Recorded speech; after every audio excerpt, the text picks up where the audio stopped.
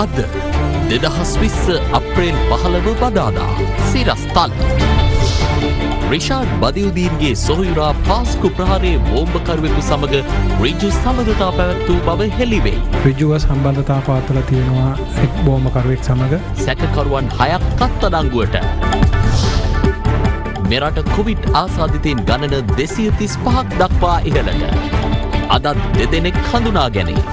තවත් දෙදෙනෙක් සුව වී නිවසට යයි. දිස්ත්‍රික්ක 19ක ඇඳිරි නීතිය හෙට පැය කිහිපයකට ලිහිල් කෙරේ. පවතින තත්ත්වය ලිහිල් කිරීම ගැන ජනපති සෞඛ්‍යාංශ සමග සාකච්ඡා.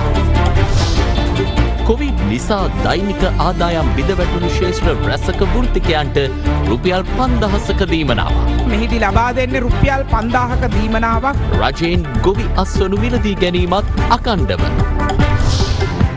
ලොව පුරා කොවිඩ් ආසාදිතයින් ගණන බිලියන 2 ඉක්මවයි.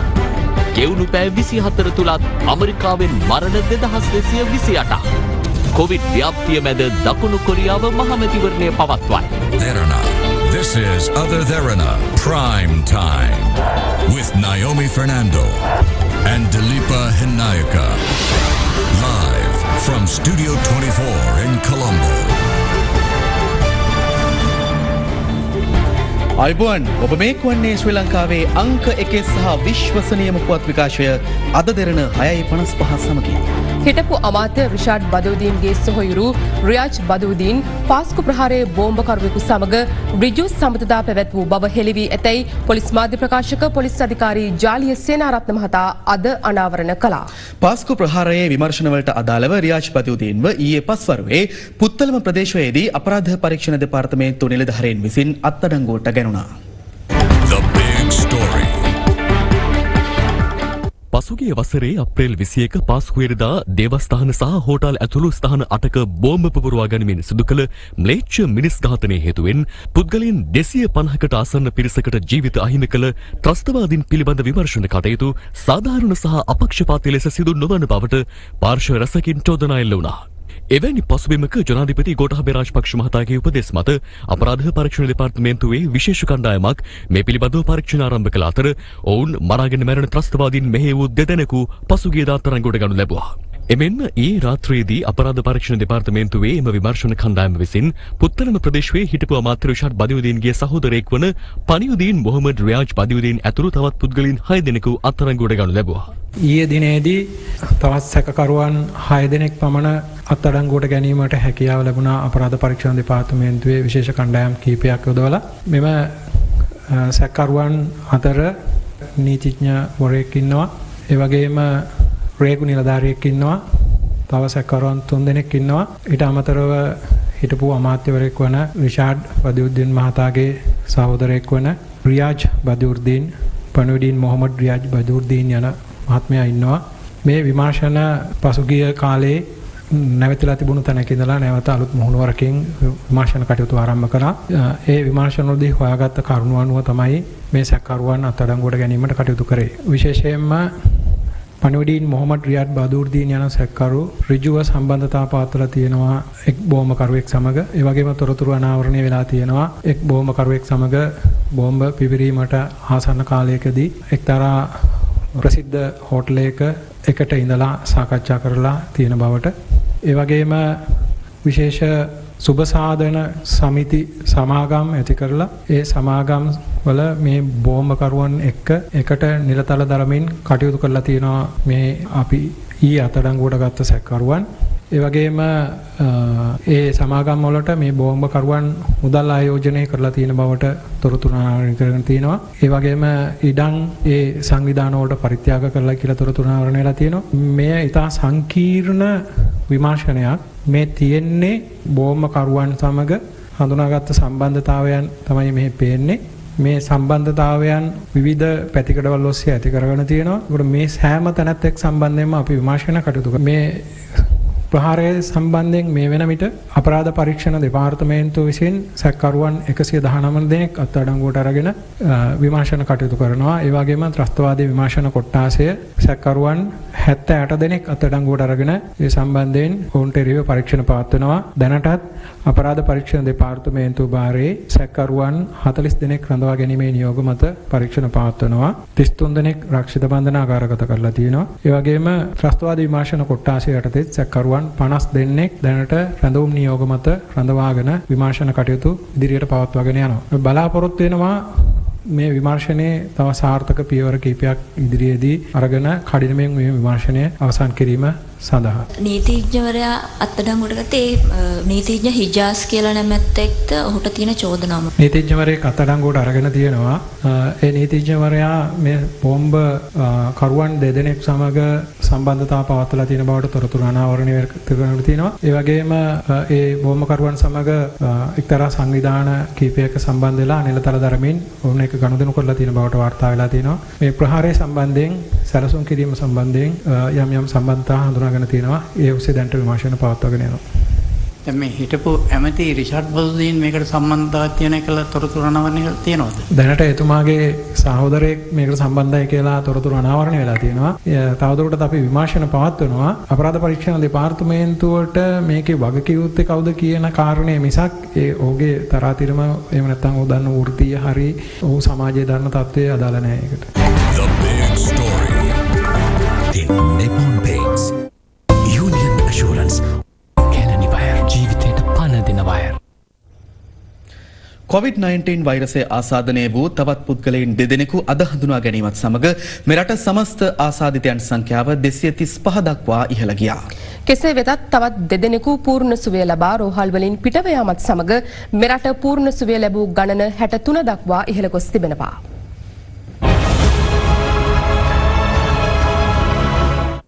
COVID-19 වෛරස් ආසාදිතයන් 235 දෙනෙකු මේ වන විට මෙරටින් හඳුනාගෙන තිබෙනවා. ඊයේ පස්වරුවේ අලුතින් 14 දෙනෙකු සහ අද පස්වරුවේ 2 දෙනෙකු හඳුනා ගැනීමත් සමගයි. හඳුනාගත් ආසාදිතයන් සියලු දෙනා වාර්තා වූයේ නිරෝධායන මධ්‍යස්ථානවලින්. 8 දෙනෙකු යාපනයේ පලාලි නිරෝධායන මධ්‍යස්ථානයෙන්, 4 දෙනෙක් කිලිනොච්චිය මුංකාවිල් නිරෝධායන මධ්‍යස්ථානයෙන්, 1 අයෙකු පුත්තලම නිරෝධායන මධ්‍යස්ථානයෙන් සහ අනිත් පුද්ගලයා වෙනත් නිරෝධායන මධ්‍යස්ථානයකින් හඳුනාගෙන තිබෙනවා. යාපනයේ පලාලි නිරෝධායන මධ්‍යස්ථානයකින් 8 දෙනෙක් සහ ඒ වගේම කිලිනොච්චි නිරෝධායන මධ්‍යස්ථානයෙන් 4 දෙනෙක්. අර 8 දෙනා යාපනයේ ප්‍රදේශයෙන්ම ඒ නිරෝධායන මධ්‍යස්ථානයට ඇතුල් වෙච්ච අය. ඒ වගේම 4 දෙනා සුදුවැල්ල ප්‍රදේශයේ නිරෝධායන මධ්‍යස්ථානයට ඇතුළත් වෙච්ච උදවිය. වෙනදමින් රෝහල් වලට ඇතුල් වෙලා මේ රෝග ලක්ෂණ ඇති වෙලා රෝගීන් වෙලා එන උදවිය වශයෙන්ම පහුගිය දින 5 තුල අපිට දකින්නට ලැබෙන්නේ නැහැ. මේ ලැබෙන රෝගීන්ගේ අර වෛරස් ලෝඩ් එක, ඒ කියන්නේ වෛරස් ප්‍රමාණය අඩු බව තමයි ප්‍රකාශ වෙන්නේ. සමාජයේ රෝගය සම්ප්‍රේෂණය වීම ඉතාම අවම මට්ටමක පවතිනවා. කොළඹ දිස්ත්‍රික්කයෙන් රෝගීන් 47 දෙනෙකු වාර්තා වන අතර දෙවැනියට වැඩිම COVID-19 ආසාදිතයින් වාර්තා වන්නේ කළුතර දිස්ත්‍රික්කයෙන්. එම දිස්ත්‍රික්කයෙන් රෝගීන් 45 දෙනෙක් හඳුනාගෙන ඇති අතර එයින් බහුතරය වාර්තා වන්නේ බේරුවල සෞඛ්‍ය නිලධාරී කාර්යාල බල ප්‍රදේශයෙන්. මෙම බේරුවල ප්‍රදේශය තුල මාර්තු මාසයේ 29 වන දින විට මුළු කළුතර දිස්ත්‍රික්කය තුලින්ම වාර්තා වන රෝගීන්ගෙන් 46%ක රෝගීන් ප්‍රමාණයක් තිබුණත් අද වන විට එය 72 දක්වාත් ඉහළ ගොස් තිබෙනවා. නමුත් බිය යුතු නැහැ මේ වන විට කළුතර දිස්ත්‍රික්කයෙන් COVID-19 ආසාදිතයන් වාර්තා වන්නේ කමියුනිටි ස්ක්‍රීනින් කිරීමෙන් ලැබෙන රෝග ලක්ෂණ නොමැති ආසාදිතයන් සහ පූනානි කඳවුර තුල COVID-19 ආසාදිතයන් යයි තහවුරු කරගන්නා රෝගීන් පමණයි. එහෙම නැතුව කළුතර දිස්ත්‍රික් මහා රෝහලෙන්වත් වෙන කිසිදු රෝහලකින්වත් COVID-19 ආසාදිතයන් ලෙස තහවුරු කරගන්නා රෝගීන් දින 14ක කාලයක් තුල කළුතර ප්‍රදේශයෙන් වාර්තා වන්නේ නැත. ඒ අනුව වෛරසයේ පැතිර යාමේ අවදානම් කලාප ලෙස හඳුනාගත් බේරුවල ප්‍රදේශයේ පන්නිල සහ චීන කොටුව යන ගම්මාන ඊයේ හුදකලා ගම්මාන ලෙස නම් කළා.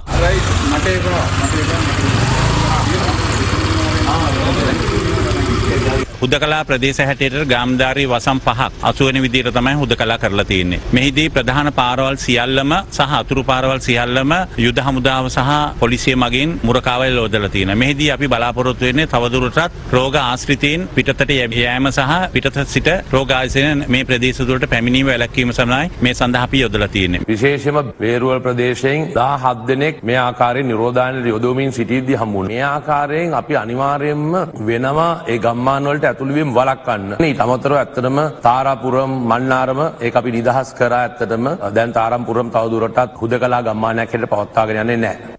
ඉන්දුනීසියාවේ ආගමික දේව මෙහෙයක් සඳහා ගොස් ඉකුත් මාර්තු 16 වනදා මෙරට පැමිණි පුත්තලම රත්මල්යාය අල් කාසිම් සිරි නිවාස යෝජනා ක්‍රමයේ පදිංචිව සිටි 62 වර්ධි COVID-19 ආසාදිතයාගේ වැඩිමහල් පුත්‍රයාටත් වෛරසය ආසාදනය වී ඇති බව තහවුරු වී තිබෙනවා. ඔහු මේ දිනවල රැඳී සිටින පුනානි නිරෝධායන මධ්‍යස්ථානයේ රැඳී සිටින අතරතුරයි. 38 වර්ධි වී පසුවන ඔහු කල්පිටිය ප්‍රදේශයේ පාසලක නියෝජ්‍ය විදුහල්පතිවරයෙක්. ඒ අනුව ඔහු පදිංචිව සිටි අල් කාසිම් සිරි නිවස සහ ඒ අවට පදිංචිකරුවන් පිළිබඳ විස්තර ලබා ගැනීමට පුත්තලම සෞඛ්‍ය වෛද්‍ය නිලධාරී කාර්යාලය නිලධාරීන් අද එහි පැමිණියා. මෙතර ජායල සුදුවැල්ල ප්‍රදේශයෙන් තහවුරු කර ගැනුණු COVID-19 ආසාදිතින් ඇසුරු කළ සහ ඔවුන් සමග මද්ද්‍රව්‍ය භාවිත කළ තොටළඟ නාගලගම් බීදිය සෙක්කුවත්ත ප්‍රදේශයේ පදිංචි 47 හැවිරිදි පුද්ගලයෙකු සහ ඔහුගේ අසල්වැසියා පසුගියදා පූනානි නිරෝධායන මධ්‍යස්ථානයේ වෙත යොමු කර තිබෙනවා. කෙසේ වෙතත් පූනානිහිදී එම පුද්ගලයන් දෙදෙනා අතරින් COVID-19 වෛරසය ආසාදිත බවට තහවුරු වී තිබෙන්නේ අසල්වැසි පුද්ගලයා පමණයි. මෙම පුද්ගලයන් දෙදෙනාද පසුගිය දිනක එකට එක්ව මද්ද්‍රව්‍ය භාවිත කර ඇති බවයි වාර්තා වන්නේ. කෙසේ වෙතත් නාගලගම් බීදී ඇති ඔවුන්ගේ නිවෙස් වෙත අද පැමිණි මහජන සෞඛ්‍ය පරීක්ෂකවරුන් සෙක්කුවත්ත ප්‍රදේශයේ පදිංචි පුද්ගලයන් 93 දෙනෙකු පූනානි නිරෝධායන මධ්‍යස්ථානයේ වෙතත් එම ප්‍රදේශයේ දැඩි ලෙස මද්ද්‍රව්‍ය වලට ඇබ්බැහි වූ තවත් පුද්ගලයන් 20 දෙනෙකු සාම්පූර් නාවික හමුදා නිරෝධායන මධ්‍යස්ථානයටත් වැගෙන යාමට මෙලෙස පියවර ගත්තා. දැන් ගෙදර කවුරුන් නැද්ද? ඒක නැහැ. මෙම ප්‍රදේශයේ සම්පූර්ණ ක්වොරන්ටයින් කරලා ලොක්ඩවුන් ප්‍රදේශයක් හැටියට මෙහි ඉන්න වාසය කරන නිවසියන්ට පිටට යන්න බැරුව පිට ඉන්න අයට එළිය ඇතුළට එන්නත් බැරි වෙන විදියට අපි මෙම ප්‍රදේශය ලොක්ඩවුන් කරනවා. මේ අතර ජායල සුදුවැල්ල ප්‍රදේශයෙන් හමු වූ වෛරස ආසාදිතයින් ඇසුරු කළ සහ මද්ද්‍රව්‍ය භාවිත කළ පිටකොටුවේ යාචකයින් සහ වීදි ජනතාව සොයා අද නාවික හමුදාව පොලිසිය සහ සෞඛ්‍ය අංශ ඒකාබද්ධ මෙහෙයුමක් දියත් කරනු ලැබුවා. ජායල සහ ජායල සුදුවැල්ල COVID-19 ආසාදිත පුද්ගලයන් සමග සමීප සම්බන්ධතා පැවැත් වූ තවත් පිරිසක් සොයා නායක හමුදාව අද දිනේදී ගුණසිංහපුර ඒ වගේම බේල්ල වීදිය සහ ග්‍රෑන්ඩ් පාස් යන ප්‍රදේශවල මේ කාර්යය දැන් කරගෙන යනවා. මෙහිදී ඔවුන් සමග සමබතා පැවැත් වූ බවට තොරතුරු ලැබී ඇති. පුද්ගලයන් 100 දෙනෙකු දැනට නායක හමුදාව විසින් නිරෝධායන සඳහා යොමු කිරීමට කටයුතු කරනවා. ඔවුන් සියලුම දෙනා සාම්පූර් වල විදුර නායක හමුදා මැරීන් බලගණ කඳවුරේ පීටි සියලු පහසුකම් වලින් සහිත ඒ විශේෂ නිරෝධායන මධ්‍යස්ථානයට අද දිනේදී රැගෙන යාමට නියමිතයි. කිලිනොච්චිය මුන්කාවිල් නාවික හමුදා කඳවුරේ පවත්වාගෙන යන COVID-19 නිරෝධායන මධ්‍යස්ථානයේදී හඳුනාගත් ආසාදිතයින් සහ ජායල ප්‍රදේශයෙන් හඳුනාගත් පිරිසක් ඉරණවිල COVID-19 ප්‍රතිකාර මධ්‍යස්ථානයේ වෙත යොමු කර තිබෙනවා.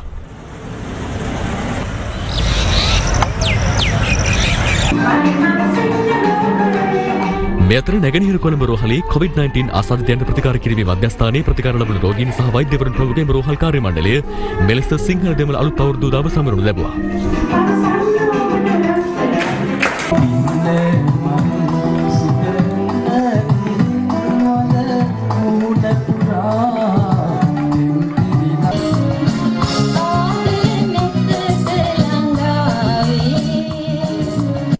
අද වන විට මෙරටින් කොවිඩ් ආසාදිතයන් 235 දෙනෙකු හඳුනාගෙන ඇති අතර ඉන් 165 දෙනෙකු තවමත් රෝහල්ගතව ප්‍රතිකාර ලබනවා. මරණ 7ක් වාර්තා වී ඇති අතර අද රෝහලින් පිටව ගිය දෙදෙනාද සමගින් පූර්ණ සුවය ලබා පිටව ගොස් ඇති ගණන 63ක්. මෙරටදී කොවිඩ් ආසාදිතය වූ පළමු පුද්ගලයා ඉකුත් මාර්තු 11 වෙනිදා හඳුනා ගැනුණු අතර ඊයේ වන විට රෝගීන් හඳුනා ගැනීම ආරම්භී දින 35ක් හෙවත් සති 5ක කාලයක් සම්පූර්ණ වී තිබුණා. පළමු සතියේදී මෙරටින් ආසාදිතයන් 42 දෙනෙකු, දෙවන සතියේදී 59 දෙනෙකු, තුන්වන සතියේදී 41 දෙනෙකු, සිව්වන සතියේ 43 දෙනෙක් ආදී වශයෙන් හඳුනාගෙන ඇති අතර පස්වන සතියේ හමු වී ඇති ආසාදිතයන් ගණන 48ක්. මේ අතර කොවිඩ් ආසාදිතයන් හඳුනා ගැනීම සඳහා කෙරෙන කොවිඩ් PCR පරීක්ෂණ සංඛ්‍යාව ඉහළ නැංවීමට මෙරට සෞඛ්‍ය අංශ පියවරගෙන තිබෙනවා. මාර්තු මාස මුලදී ආයතන දෙකකදී පමණක් PCR පරීක්ෂණ කෙරුණු නමුත් මේ වන විට දෙවන පුරා ආයතන 11ක එම පරීක්ෂාවන් සිදු කෙරෙනවා. මේ දක්වා 8000ක් PCR පරීක්ෂාවට භාජනය කර ඇති අතර ඒ අතරින් 233 දෙනෙකු කොවිඩ් ආසාදිතයන් බව තහවුරු කර ගැනුණා. ඉකුත් මාර්තු 16 වෙනිදා වන විට දෛනිකව PCR පරීක්ෂණ 100ක් පමණ සිදු කෙරුණද අප්‍රේල් 1 වෙනිදා වන විට එම ගණන 200ක් දක්වාත් අප්‍රේල් 12 වෙනිදා වන විට 600ක් දක්වාත් ඉහළ නංවා තිබෙනවා. එසේම රෝහල් වෙත පැමිණෙන COVID-19 රෝගීන් සඳහා පමණක් එම පරීක්ෂාව සිදු නොකොට හඳුනා ගැනුණු මුල් ආසාදිතයන් සමග සම්බන්ධතා පැවැත් වූ පිරිස් අයත් වන ප්‍රජා සාම්ප්‍රද එම පරීක්ෂාවට ලක් කර තිබීම විශේෂත්වයක්. ඒ අනුව එවන් 1197 දෙනෙකු PCR පරීක්ෂාවට ලක් කොට ඇති අතර කොවිඩ් ආසාදිතයන් 43 දෙනෙකු ඒ අතරින් හඳුනාගෙන තිබෙනවා. වෛද්‍ය පරීක්ෂාවන් සඳහා වෛද්‍ය පරීක්ෂණ ආයතනයට එන සාම්පල ප්‍රමාණය දෙගුණයකටත් වඩා වැඩි වෙලා තියෙනවා. එහෙම වෙලා තියෙද්දි මේ ආයතනය තුළ රෝගීන් වාර්තා වීම තවමත් අඩු මට්ටමකින් තියෙන්නේ. එතකොට ලංකාව පුරා තවත් ස්ථානවල බොහොමයක PCR පරීක්ෂාව කළා රෝගය පතුරවන රෝගීන් හෝ රෝග ලක්ෂණ පෙන්눔 නොකර රෝගය පතුරවන පුද්ගලයන් හඳුනා ගැනීමේ කටයුතු සිදු වෙමින් තියෙනවා. ලෝකයේ බොහෝ රටවල් වල සෞඛ්‍ය අංශ විතරක් COVID-19 ආසාදිත රෝගීන් පාලනය කරන්න කටයුතු කරත් ලංකාවේ බුද්ධි අංශ ත්‍රිවිධ හමුදාව පොලිසිය මහජන සෞඛ්‍ය පරීක්ෂකවරුන් එකතු වෙලා ඉතාමත් හොඳින් මේ රෝගීන් අලුතෙන් නැතිවීම කළමනාකරණය කරගෙන යනවා. මේ වෙනකොට රෝගීන් වාර්තා වෙන්නේ නිරෝධායන මධ්‍යස්ථානයේ පමණයි. ඒකෙදි තවත් සමහර අංශවල තියෙනවා සැකයක් රෝග වාර්තා වීම ඒ කඳවුර තුල පැතිරීමක්ද සිද්ධ වෙන්නේ කියලා. නමුත් අපිට කියන්න පුළුවන් අපි ඒ රෝගීන් වාර්තා වෙන්නේ ඊටාම සුළු පවුල් කීපයක් තුල. උදාහරණයක් විදිහට මම ගත්තොත් එහෙම අපිට ඔබ දන්නවා කලින් ගර්භණී කාන්තාවක් ඒ ප්‍රසූතියකට ලක් වුණා. ඒ කාන්තාව යන කඩේ සැමියයි බිරිඳයි රෝගය වාර්තා වුණා කර පරීක්ෂණ වලින්. ඒකම ඒ ගෙදර හිටපු පුතාටත් ඒකම රෝගය වාර්තා වුණා. ඉතින් අපි නිරෝධායන කඳවුරේ තියාගෙන හිටියත් ඒ කට්ටිය ගෙදර හිටියත් මම හිතන්නේ ඒ තත්ත්වයේ වෙනසක් සිද්ධ වෙන්නේ නැහැ. අපි පහුගිය දින 3 ඇතුළත පරීක්ෂණ 788ක් පමණ සිද්ධ කරා. එයින් රෝගීන් 17 දෙනෙක් හඳුනාගත්තා. ඒ රෝගීන් සියලුම දෙනා අපිට පවුල් වශයෙන් හඳුනා ගන්න පුළුවන් නම් පවුල් 6කින් තමයි ඒ රෝගීන් 17 දෙනාම වාර්තා වුනේ. ඒ නිසා අපි සන්තෝෂ වෙනවා අපිට දැන් මේ වෙනකොට රටේ මේ රෝගය අපිට නිරෝධායන මධ්‍යස්ථාන වලට සීමා කරන්න හැකියාව ලැබිලා තියෙනවා. ඒකට විශාලම සහයෝගය ලැබුණේ අපේ බුද්ධි අංශවලින්. මේ පොකුරු හැම එකෙම ඒ රෝගේ වාර්තා වන හැම ප්‍රදේශයෙම ඉන්න ඒ වලලු තුනම මේ වෙනකොට හඳුනාගෙන ඉවරයි. ඒ වලලු සියල්ලම මේ වෙනකොට නිරෝධායන මධ්‍යස්ථාන වලට පැගෙන ගිහින් තියෙන්නේ. අපි අපේක්ෂා කරනවා දැන් රෝගය මේ රටෙන් වාර්තා වීම අපිට අවම කරගන්න හැකියාව ලැබෙනවා. අපිට පුළුවන් වුණා අපිට පිට රටින් ආපු කණ්ඩායම් වල ඒගොල්ලෝ අතර ඒ කඳවුර තුල රෝගය පැතිරීම ඉතාම අවම කරා කියලා. ලවුඩ් ස්පීකර් මාර්ගෙන් දැනුවත් කිරීම කරා නිතරම අපි කියන විදිහට ඉන්න මීටරේ පරතරය තියාගන්න තමන්ගේ කාමරවලටලා ඉන්න. නමුත් අපිට පළවෙනි වටේදී එහෙම ලොකු ප්‍රශ්නයක් තිබුණේ නැහැ. නමුත් දැන් රට ඇතුලෙන් ජනතාව ගේද්දී ඒ ගැටලුවට අපි දැන්ට මුහුණ පාලා තියෙන. ඒකෙන් කියන දේ අහන්නේ නැද්ද නිරෝධායන මධ්‍යස්ථාන කියලා? සරලව තත්ත්වයක් තියෙනවා. මොකද ඒ අපි ගමක ඉන්න ජනතාවක් ගෙනලා තියෙන. එතකොට ඒගොල්ලන්ගේ සම්බන්ධතාවයන් වැඩි සහ ඒ කට්ටියගේ තියෙන අර කියන දේ අහන්න නැති ගතිය පොඩ්ඩක් වැඩි වෙලා තියෙනවා. ඒක නිසා අපි නිරන්තරයෙන් ඒගොල්ලන් දැනුවත් කරනවා. නමුත් අපිට හමුදාවක් විදියට ඒ අපේ හමුදා බලය පාවිච්චි කරන්න හැකියාවක් නැහැ. අපි කටයුතු කරන්නේ සිවිල් ජනතාවක් එක්ක.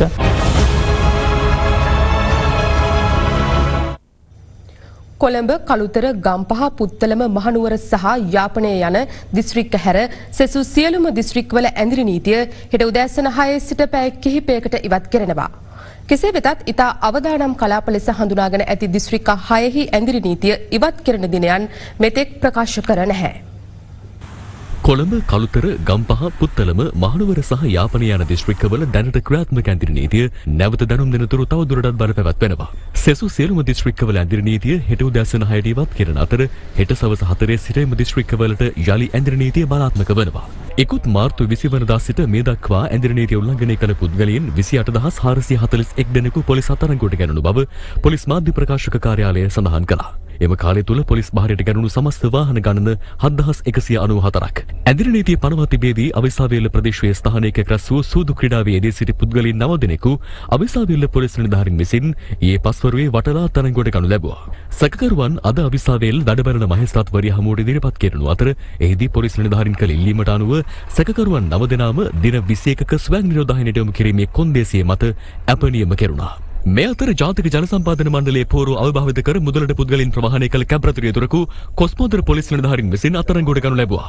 එම අවස්ථාවේ රටේ රැගෙන යමින් සිටි තවත් පුද්ගලයන් 90 දෙනෙකුද අත්අඩංගුවට පත් වුණා.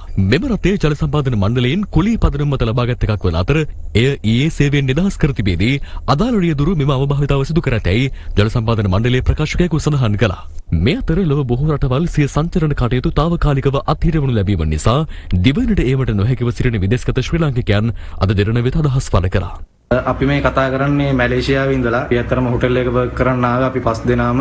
අපි රැකියාවෙනුත් අයින් කරලා තින්නේ. ඒජන්සියටත් කතා කරා. ඒගොල්ලොනුත් අපිට කිසිම දෙයක් මේව කරන්නේ නැහැ. ගරු ජනාධිපතිතුමනි, ගරු අගමැතිතුමනි, අපි ඔබ දෙදෙනාගෙන් ඉල්ලන්නේ අපිට සහනයක් මොනවා හරි කරලා දෙන්න.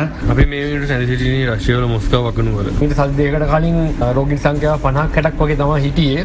දැන් මේ සති දෙක තුන ඇතුළතදී 21102 දක්වා වැඩි වෙලා තියෙනවා. ඊට අමතරව වගේ පුද්ගලයන්ගෙන් ඉල්ලන්නේ හැකි පිටස ක්‍රියාමාර්ගය කරගෙන අපිව මව්බිමට ගන්න ක්‍රියාත්මක වෙන්න කියලා.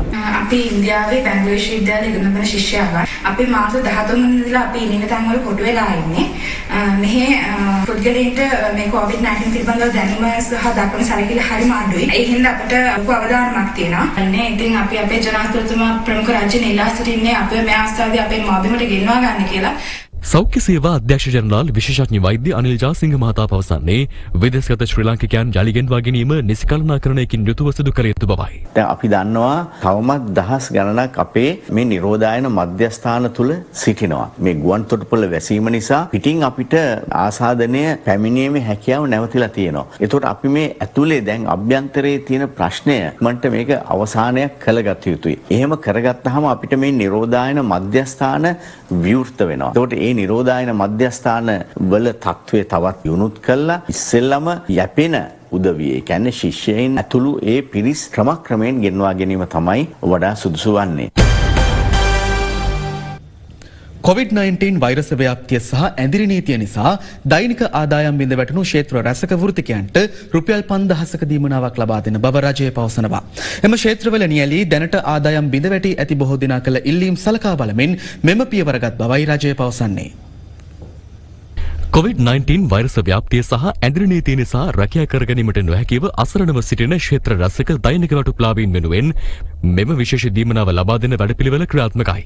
සමෘද්ධිලාභීන්, වැඩිහිටියන්, වකුගඩු රෝගීන් සහ ආබාධ සහිත පුද්ගලයන්ට අමතරව මෙම පිරිස් සඳහාද රුපියල් 5000ක දීමනාවක් හිමිවනු ඇති. ඒ අනුව පෙරපාසල් ගුරුවරයන්, කුඩා තේවතු හිමියන්, ප්‍රාදේශීය ජනමාධ්‍යවේදීන්, අත්‍යන්ත්‍ර සහ පේෂ කර්මාන්තයේ නියැලෙන්නන්, අධිකරණවල නඩත්තු ලබා ගැනීමට සුදුසුකම් ලැබුවන්, පෞද්ගලික බස් රථ රියදුරු සහ කොන්දොස්තරවරුන්, පාරම්පරික ආයුර්වේද වෙද මහත්වරුන්, ගඩොල් වැලි ආදී අමුද්‍රව්‍ය සපයන්නන්, වඩු, පෙදරේරු, ජලනල, විදුලි කාර්මික, පින්තරු වෘත්තියේ දෙන්නන් සහ ඊට අත්උදව් සපයන කුලීකරුවන් සහ සුළු කර්මාන්තකරුවන් ලෙස රසකැවිලි කර්මාන්තය, කොහු පාපිසි සමරු පලක, බතික්, ලෝහ කර්මාන්තකරුවන්, රුපලවන්න ක්ෂේත්‍රයේ නියැලෙන්නන්, උත්සව භාණ්ඩ, ත්‍රිවීල් සහ යතුරුපැදි අලුත්වැඩියා කරන්නන්, ඇඳුම් මසන්නන්, කොණ්ඩ කපන්නන්, ත්‍රිරෝද රථ රියදුරන් ඇතුළු සේවා සපයන කණ්ඩායම් සඳහා මෙම සහනය හිමිවනවා. ඒ අනුව ඔවුන්ට රුපියල් 5000 දීමනාවක් සමෘද්ධි නිලධාරීන් හරහා මේ මාස 20 වෙනිදා වන විට ලබා දීමට නියමිතයි.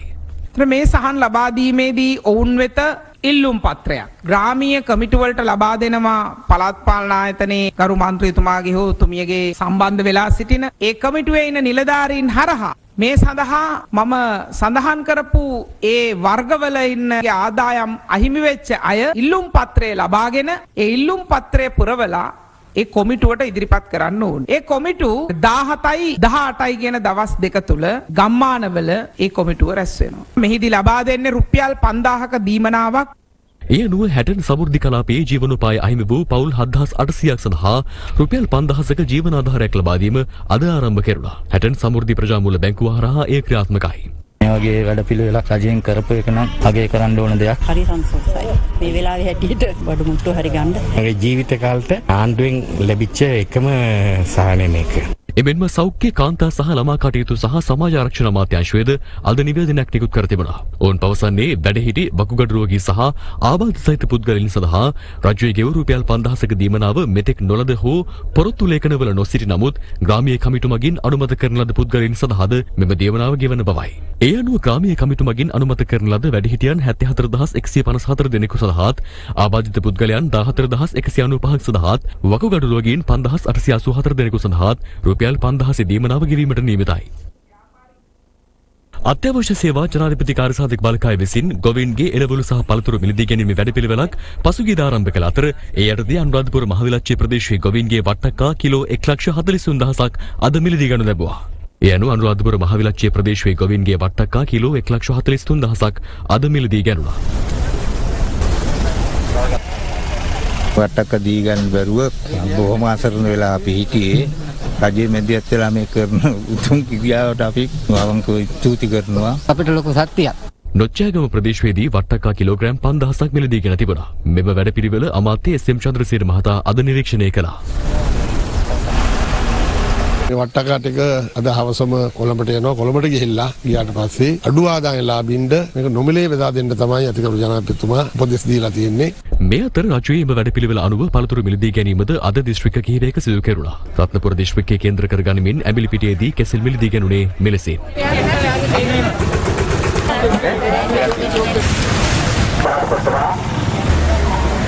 මේකට කැල් දෙන එක අපිට පොඩි ලාභයක් තියෙනවා. බොහොම සතුටු වෙනවා රජය මගින් ඒ ජාතික ව්‍යසනයට මුහුණ දෙනවා වගේම ගොවියා වෙනුවෙන් උත්පාදන අලෙවි කර ගැනීමට අවස්ථාවක් ලබා දීම ගැන හම්බන්තොට දිස්ත්‍රික්කයේ ස්ථාන 9කදී අද කෙසෙල් මිලදී ගැනීම සිදු වුණා.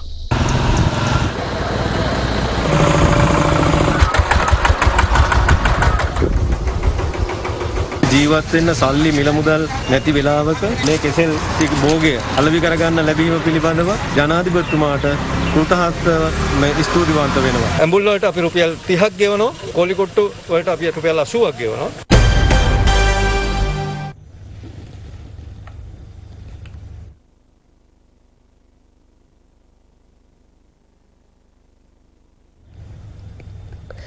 ලොවපුරා COVID-19 වෛරසය ආසාදනය වූ සංඛ්‍යාව අද මිලියන 2 ඉක්මවා ගියා. ඉන් මේ වන විට ලොවපුරා සිදුව ඇති මරණ සංඛ්‍යාව 1,27,594ක්. සැලකිය යුතු පිරිසක් කොවිඩ් ආසාදනයට ලක්ව ඇති වාතාවරණයක වත් දකුණු කොරියාව තම පාර්ලිමේන්තු මැතිවරණය පෙර නියම කරගත් පරිදි අද පැවැත්වුවා.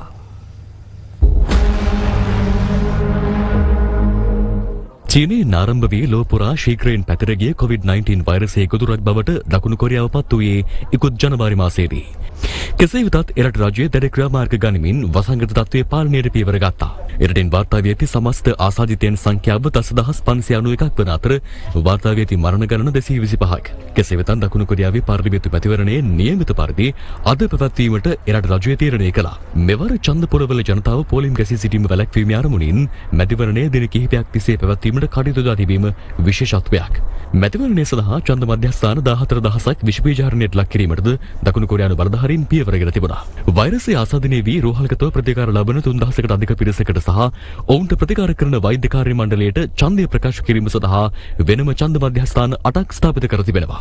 COVID-19 ආසාදිතයන්ට ඡන්දය ප්‍රකාශ කිරීමට අප්‍රේල් 10 වන දිනය විශේෂිත දිනයක් ලෙස වෙන් කර තිබුණා. කෙසේ වෙතත් තවමත් රෝහල්ගතව ප්‍රතිකාර ලබන රෝගීන්ට තැපැල් මාර්ගයෙන් ඡන්දය ප්‍රකාශ කිරීමට අද දිනේදීත් අවස්ථාව හිමිව තිබෙනවා. නිරෝධායනයට ලක් කර සිටින පුද්ගලයන්ට සවස 5:20ත් රාත්‍රී 7ත් අතර කාලය තුල නිවසින් බැහැර ගොස් ඡන්දය ප්‍රකාශ කළ හැකියි. දේශපාලන පක්ෂවල මැතිවරණ ප්‍රචාරණ කටයුතු සමාජ මාධ්‍ය ඔස්සේත් රූපවාහිනී සහ ගුවන්විදුලි ඔස්සේත් සිදු කෙරුණා. COVID-19 වෛරසයෙන් වැඩිම බලපෑමක් ඉල්ලවී ඇති ඇමරිකාවෙන් ගත වූ පැය 24 තුළදී තවත් මරණ 2228ක් වාර්තා වී තිබුණේ සමස්ත මරණ සංඛ්‍යාව 28300ක් දක්වා ඉහළ දමමින්. එක් දිනක් තුළ ලෝකයේ වාර්තා වූ වැඩිම කොරෝනා වෛරස් ආසාදිත මරණ සංඛ්‍යාව එයයි. මේ අතර ලෝක සෞඛ්‍ය සංවිධානයට ලබා දෙන ඇමරිකානු අරමුදල් නවතා දමන්නේ එරට ජනාධිපති ඩොනල්ඩ් ට්‍රම්ප් පාලනාධිකාරියට උපදෙස් ලබා දී තිබෙනවා. ඇමරිකානු ජනාධිපති ඩොනල්ඩ් ට්‍රම්ප් පෙන්වා දෙන්නේ ලෝක සෞඛ්‍ය සංවිධානයේ COVID-19 වෛරස් ව්‍යාප්තියේදී මූලික රාජකාරී කිරීමට අසමත් වූ බවයි. ස්පාඤ්ඤයෙන් ඊයේ දින තුළ මරණ 499ක් වාර්තා වූයේ සමස්ත මරණ සංඛ්‍යාව 14255ක් දක්වා ඉහළ දමමින්. ප්‍රංශුවේ ගත වූ පැය 24 තුළ වාර්තා වී තිබුණේ මරණ 762ක් වන අතර ඒ සමග සමස්ත මරණ සංඛ්‍යාව 15729ක් දක්වා ඉහළ ගියා.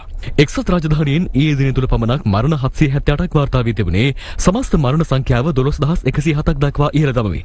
ඉන්දියාවෙන් ගෙවුණු පැය 24 දී වාර්තා වූ COVID-19 මරණ සංඛ්‍යාව 35ක්. ඒ සමග සමස්ත මරණ සංඛ්‍යාව 393ක් දක්වා ඉහළ ගොස් ඇති අතර ආසාදිතයන් ගණනද 11487ක් දක්වා ඉහළ ගොස් තිබෙනවා. කෙසේ වෙතත් වෛරසයේ ව්‍යාප්තිය ආරම්භ චීනයෙන් ඊයේ දින තුළ හඳුනාගෙන ඇත්තේ අලුතින් ආසාදිතයන් 46 දෙනෙකු පමණක් වන අතර ඔවුන්ගෙන් 36 දෙනෙක් විදේශගතව සිට පැමිණ අය බව සඳහන්.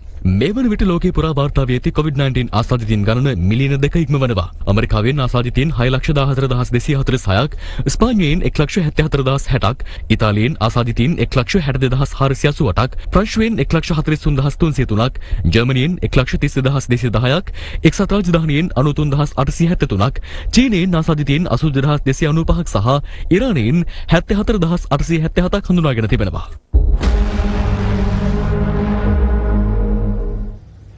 දේශීය ආර්ථිකය ආරක්ෂා වන අයුරින් දෛනික ආර්ථික ක්‍රියාකාරකම් කඩිනමින් ආරම්භ කිරීමේ හැකියාව පිළිබඳ පළාත් පාලන මට්ටමින් තොරතුරු සොයා බැලීමේ විශේෂ හමුවක් අද ජනාධිපති ගෝඨාභය රාජපක්ෂ මහතාගේ ප්‍රධානත්වයෙන් ජනාධිපති ලේකම් කාර්යාලයේදී පැවැත්වුණා. දිවයිනේ සියලු පළාත් වෛද්‍ය අධ්‍යක්ෂවරු ඇතුළු සෞඛ්‍ය ක්ෂේත්‍රයේ බලධාරීන් මෙම අවස්ථාවට එක්ව සිටියා. ජනාධිපති ගෝඨාභය රාජපක්ෂ මහතාගේ ප්‍රධානත්වයෙන් පැවති මෙම සාකච්ඡාවේදී පවතින වාතාවරණය සැලකිල්ලට ගනිමින් කර්මාන්ත ආයතන කෘෂිකාර්මික ව්‍යාපාර කටයුතු පෙර පරිදි පවත්වාගෙන යාමට අවශ්‍ය නිර්දේශ සෞඛ්‍ය අධ්‍යක්ෂ ජනරාල්වරයා මගින් කඩිනමින් ඉදිරිපත් කරන ලෙස ජනාධිපතිවරයා පළාත් සෞඛ්‍ය අධ්‍යක්ෂවරුන්ගෙන් ඉල්ලා සිටියා. පළාත් මට්ටමින් ලැබෙන සෞඛ්‍ය නිර්දේශ සැලකිල්ලටගෙන පවතින සීමාවන් ලිහිල් කිරීමට තීරණය කරන බව ජනාධිපති මාධ්‍යාංශය නිකුත් කළ නිවේදනයේ සඳහන් වනවා. දෛනිකව වේතන ලබන පුද්ගලයන්ගේ ජීවනෝපාය කෙරෙහි විශේෂ අවධානයක් යොමු කිරීමද ප්‍රධාන අරමුණක් බව එම නිවේදනයේ සඳහන්. ඒ පළාත්වල COVID-19 ආසාදිතයින් සහ ඔවුන් ළඟින් ඇසුරු කළ පිරිස් මෙන්ම දැනට ක්‍රියාත්මක නිරෝධායන ක්‍රියාවලිය පිළිබඳව මෙම සාකච්ඡාවේදී දීර්ඝ වශයෙන් විමර්ශනයට ලක්ව තිබෙනවා. ලෝපුරා සෙසු රටවල් හා සැසඳීමේදී COVID-19 වෛරසය මර්ධනයට රජයගත් ක්‍රියාමාර්ග ඉතා ඵලදායී බව පළාත් සෞඛ්‍ය බලධාරීන් මෙහිදී සඳහන් කළා. ජනාධිපතිවරයාගේ උපදෙස් මත රජය විසින් වී මිලදී ගැනීමේ ක්‍රියාවලියට යුද හමුදාව මැදිහත් වීමෙන් වී මිලදී ගැනීම මෙන්ම අත්‍යවශ්‍ය සේවා පවත්වාගෙන යාම කාර්යක්ෂම වූ බව බ්‍රිගේඩියර් ඉන්ද්‍රජිත් කන්දන ආරච්චි මහතා පවසනවා. අද පෙරවරුවේ අද දෙරණ වික් ෆෝකස් සංවාදයට එක්වෙමින් ඔහු මේ බව සඳහන් කළා. මම හිතනවා ඒක ජනාධිපතිතුමාගේ දුර්ජාසිත දැක්ම මත මේ පාරේ වක්කීමක් බාර දුන්නා හමුදාපතිතුමාට මේ ගොවියන්ගේ වීල් සාධාරණ මිලකට ලබා දී යුතුයි කියලා. ඒකට අපි හැම ගොවියටම රුපියල් 50 ගානේ බීගිල ගුවන් අවස්ථාව උදා කරලා දුන්නා. මේ වෙනකොට මතන්නේ ව්‍යාපාරයට රුපියල් 55 70 ගන්න සිද්ධලා තියෙනවා. ඒකට අපි ගන්න කලින් මේ ව්‍යාපාරික විසින් මේ රුපියල් 35 ගත්තා. ඒ අපි යනකොටත් ඒක අරගෙන තිබුණේ යන ප්‍රමාණය. නමුත් අපි ළඟ ඒ අවස්ථාවෙන් තියෙන කොයි ප්‍රමාණයක් කොයි කොතැන් වල තියෙනවද කියන එක. මේ වගකීම කොයි කාලෙද ඔබතුමාලට පැවරෙන්නේ මේ වී මිලදී ගැනීම ආරම්භ කළේ ජනවාරි 29 වෙනිදා. ඒක දින කිහිපයක් කලින් තමයි ජනාධිපතිතුමා විසින් හමුදාපතිතුමාට දැනුවත් කරලා තිබුණේ මෙමයි මේකට පැදියත් අපි දැනගත් අපිට ලැබුණා මේ වී මිලදී ගන්න කලින් ගබඩා පාසුකම් ප්‍රමාණවත් නැහැ. අඩුම වශයෙන් ගබඩා 50ක්වත් අලුත් වැඩිය කළ යුතුයි කියන එක. ජනාධිපතිතුමා හමුදාපති උපදෙස් ලබා දුන්නා පැය 40ක් ඇතුළත ගබඩා 50ක් අලුත් වැඩිය කරන්න කියලා. ඒක ගබඩා අලුත් වැඩිය කරන්න සෙබළු 150 දෙයක් දෙවුවා. පැය 40ක් ඇතුළත සම්පූර්ණ ගබඩා ටික අලුත් වැඩිය කළා. දැන් මේ වී අලුයි මණ්ඩලයේ ගබඩා තමයි ඔබතුමාලා පැය 40න් හැදුවේ. ඒ ගබඩා අලුත් වැඩිය කරන අවස්ථාවේ පැය දෙක කාලය තුල අපි තීරණය කළා ඇයි මේ ගොවියෝ රුපියල් 50 තීද්දි ඇයි මේ 35 පාට වෙනින්දුර ලබා දෙන්නේ කියලා. පළවෙනි ප්‍රශ්නේ වෙලා තිබුණේ ගොවියන්ට ඔවුන්ගේ වී නිෂ්පාදනය කළාන් පස්සේ අලුයි වී අලුයි මණ්ඩල ගේනවා උන්ට වාහන අවශ්‍යලා තිබුණා. නමුත් පෞද්ගලයන්ද කෙලින්ම ඒ අදාළ ස්ථාන වලට ඇවිල්ලා අවශ්‍ය මිනිස්සුම සැකගෙන යනවා ඒගොල්ලෝ වාහනත් ගේනවා. ඒගොල්ලෝ කිරලා පටවගෙන හිරම කරලා ගොවියන් රුපියල් 30 35 මිලදී අරගෙන ගියා. ඒ වගේ කාර්යලා තිබුණා මේ පෞද්ගලයන්ද ඒ ගොවියන්ට ලබා දුන්නා බිත්තර වී සමහරට ලබා දුන්නා පොහොර මුදල් මේ වශයෙන් ආදර කරලා තිබුණා. ඒතකොට ගොවියා බැඳී සිටියා ඒ පෞද්ගල වෙළෙන්දාට තමන්ගේ නිෂ්පාදනය ලබා දෙන්නයි කියලා. මේක තමයි ප්‍රධාන බලපාල තිබුණේ මේ වී අලුයි මණ්ඩල වී පැමිණීම වැළැක්වීම සඳහා. අපි මේක ගැන සාකච්ඡා කරලා බලලා දවුන්තා මාර්ගෙන් ජනාධිපතිතුමා සාකච්ඡා කළා මේ සම්බන්ධයෙන්. ජනාධිපති උපදෙස් දුන්නා දැනුවත් කිරීමක් කරන්න ඔවුන්ට අවශ්‍ය කරන බිත්තර වී පොහොර සහ අනිකුත් සානාධාර රජය මගින් ලබා දෙනවා. ණය ආධාර වුණා ණයත් අපි රාජ්‍ය බැංකු මාර්ගය ලබා කටයුතු කරනවා.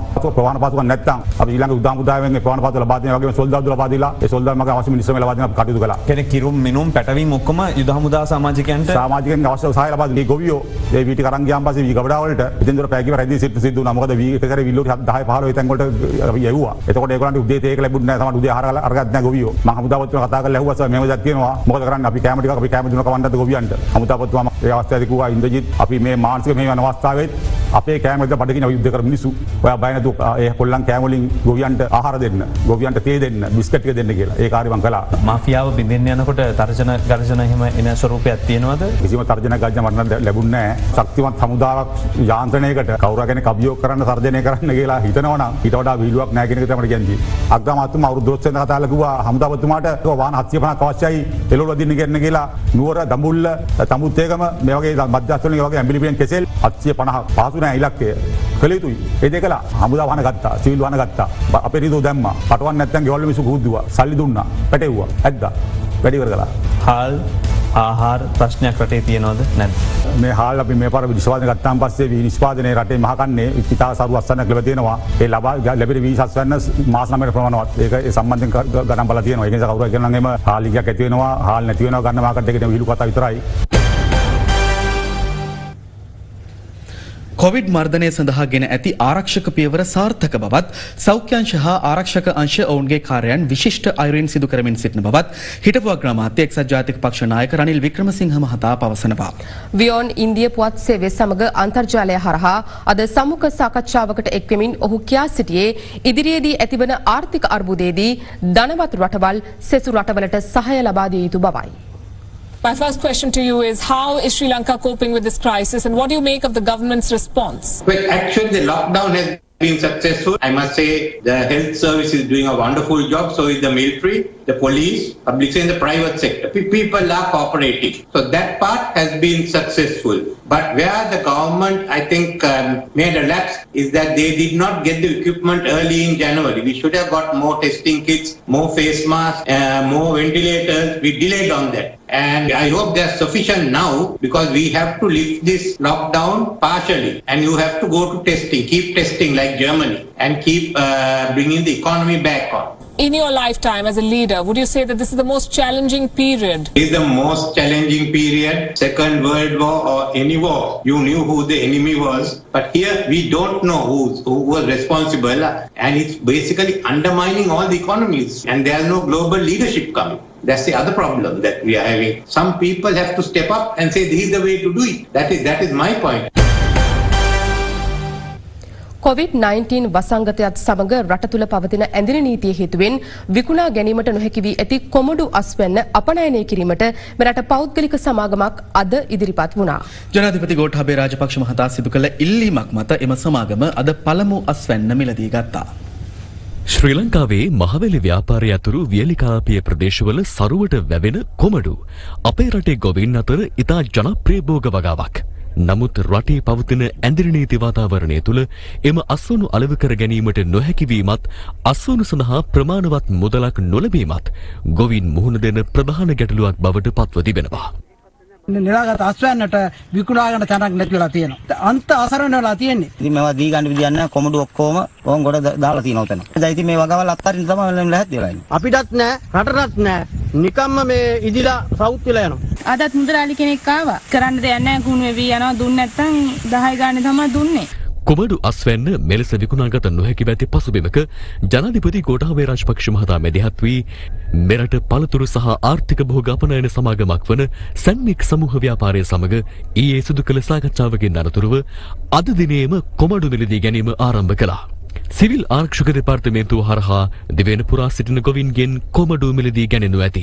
ජනාධිපති කාර්යාලය මගින් බුද්ධ්‍යංශ සේවාවලට සපයලා තියෙනවා ලංකාවේ තියෙන නිෂ්පාදනයන් මේ අවස්ථාවේ කොහොමද අලෙවි කරගන්නේ කියලා. ඒ අනුව සිවිල් ආරක්ෂක දෙපාර්තමේන්තුව හරහා ගොවීන්ව දැනුවත් කරලා ඒ ගොවීන්ගේ නිෂ්පාදනයන් මිලදී අරගෙන අප වෙත යොමු කරනවා. ඒ සඳහා අපි හොඳ මිලක් වුන්ට ලබා දෙනවා. මෙම ආයතනයෙන් දෛනිකව ටොන් 25ක ප්‍රමාණයක් මිලදී ගැනීම සිදු කරනවා. ඒ අනුව කොමඩු මිලදී ගැනීම 100%කින් වැඩි කර ඒවා කොමඩු යුෂ ලෙස සකස් කර ඇමරිකාව, ඕස්ට්‍රේලියාව, එංගලන්තය සහ යුරෝපානු රටවල් වෙත අපනයනය කිරීමට සැලසුම් කර තිබෙනවා. අත්ත වශයෙන්ම මේ වෙලාවේ අපි කරන්නේ ගොවීන් අකරතැබ්බයකට පත් වෙලා ඉන්න වෙලාවේ කරන උදව්වක් විදියට ඒත් අපි බලාපොරොත්තු වෙනවා මේ නිෂ්පාදනයන් ඉදිරියේ අපේ දැනට පවතින අපේ ගැනුම්කරුවන්ට යොමු කළා සෑහෙන මුදලක් අපි ලංකාවේ විදේශ විනිමයක් විදියට අත් කරලා දෙන්න. කොවිඩ් වසංගතය හමුවේ මෙරට දක්ෂයන් කිහිප දෙනෙකු නව නිර්මාණ හඳුන්වා දී තිබෙනවා. ආරක්ෂිත මුඛ ආවරණ සහ නිරෝධායනය මගහරින පුද්ගලයන් අධීක්ෂණය කිරීමේ මෙවලමක් ඒ අතරට ඇතුළත්. Good news of the day. ශ්‍රී ජයවර්ධනපුර විශ්වවිද්‍යාලයේ ඉංජිනේරු පීඨයේ සිවිල් ඉංජිනේරු අධ්‍යනාංශයේ කතිකාචාර්යවරයෙකු වන ආර්.කේ.ඩී. ගජබා කළුආරච්චි මහතා විසින් නව තාක්ෂණයෙන් සමන්විත ආරක්ෂිත මුඛාවරණයක් නිර්මාණය කර තිබෙනවා. එම මුඛාවරණය පළඳින පුද්ගලයාගේ ශරීරෝෂ්ණත්වය අතුරු අවශ්‍ය කරන දත්ත රසක් එකවර දැනගැනීමේ හැකියාව පවතිනවා. ඒ මුඛාවරණයේ විශේෂත්වය වන්නේ දැනට තියෙන මුඛාවරණයට වඩා මේ මුඛාවරණයේ මිනුම් ලබාගත හැකි ක්‍රම. ඒ කියන්නේ රෝග විනිශ්චය කරගත හැකි ක්‍රම කිහිපයක් පවතිනවා. ඉතින් මම හිතනවා මේ වෛරසයට මේක හොඳ පිළිතුරක් වෙයි. මේ වෛරසයේ රෝග ලක්ෂණ හඳුනා ගැනීම මේ තුලින් කරහොත් කියලා. මේ අතර වැඩි දියුණු කරන ලද තවත් ආරක්ෂිත මුඛාවරණයක්ද නවීත් මාලිංගලියනගේ මහතා විසින් නිර්මාණය කර තිබෙනවා. එම මුඛාවරණය සෞඛ්‍යාංශ සේවකීන් සඳහා භාවිත කළ හැකි දැන් පරීක්ෂා කිරීම සඳහා වෛද්‍ය පරීක්ෂණ ආයතනයට මේ වන විට යොමු කර තිබෙනවා.